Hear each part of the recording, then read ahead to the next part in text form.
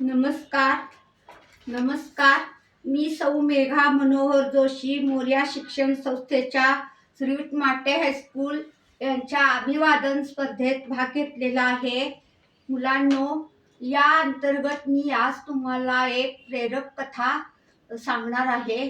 माझ्या कथेचे नाव आहे पांडुरंगाचा तवा. पांडुरंग नावाचा पांडुरंग नावाचा एक तुमच्या वयाचाच 11-12 वर्षाचा मुलगा होता. ही गोष्ट आहे आपल्या मोबाईलवरील कथेसारखी नाही किंवा इतर कथांसाठी पैसे मिळवणारी अशी नाही. ही कथा आहे एक कष्टाळू मुलाची, पांडुरंगाची. पांडुरंग हा एक 11-12 वर्षाचा मुलगा होता. तो एका खेडेगावातील गावाबाहेर आपल्या आजोबांसहित राहत होता. आजोबा आणि तो एवढेच त्याचे कुटुंब होते.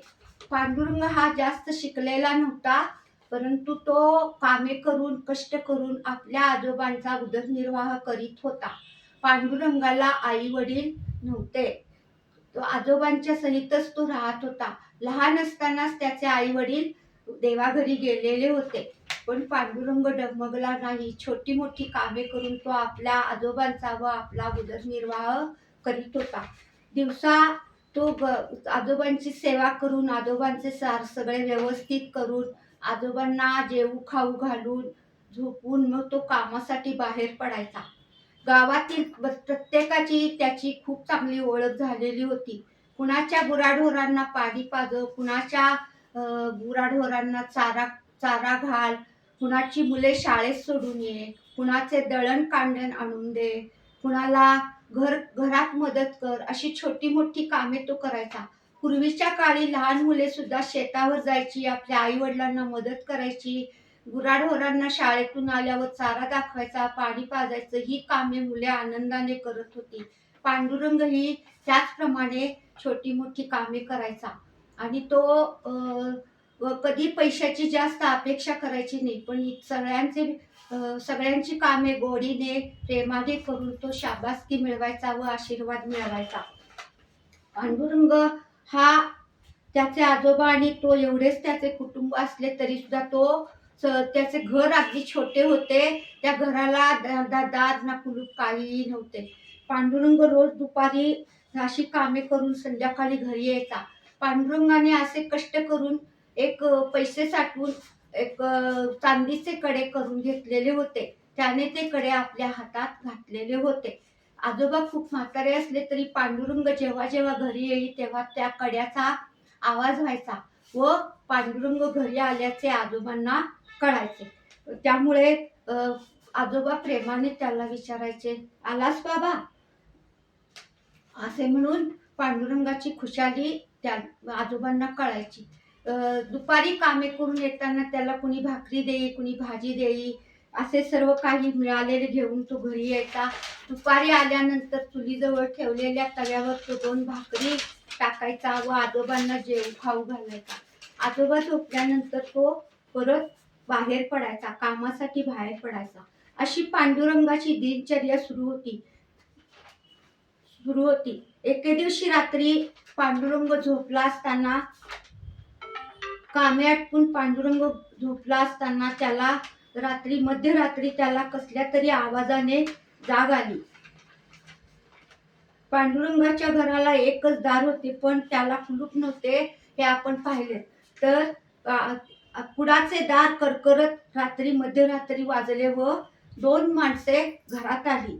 बहुधा ते चोर असावेत. त्यांनी प्रथम पांडुरंगाला एका खांबाला बांधून ठेवले. आजोबांना जाग येऊ नये, आजोबांना त्रास होऊ नये म्हणून पांडुरंगाने स्वतःला बांधून घेतले. नंतर चोरांनी घरात शोध घेतला. घरातील एका कोपऱ्यात एक गाठोडे होते. त्या गाठोड्यात पांडुरंगाचे सणासुदीला घालायचे कपडे, आजोबांचे सणासुदीला घालायचे कपडे आणि साठवून ठेवलेल्या पैशांची छोटी पुरचुंडी त्यात होती. ते सर्व चोरांनी गाठोडे आपल्या काकोटीला मारले व पांडुरंगाच्या हातातील कडेही त्यांनी काढून घेतले. चोरांनी अजून इकडे तिकडे पाहिले, पण काहीही नव्हते. तोच चोरांची दृष्टी चुलीजवळ ठेवलेल्या तव्यावर व तेथे थोडी असलेली भांडी कुंडी त्या भांड्यांवर पडली.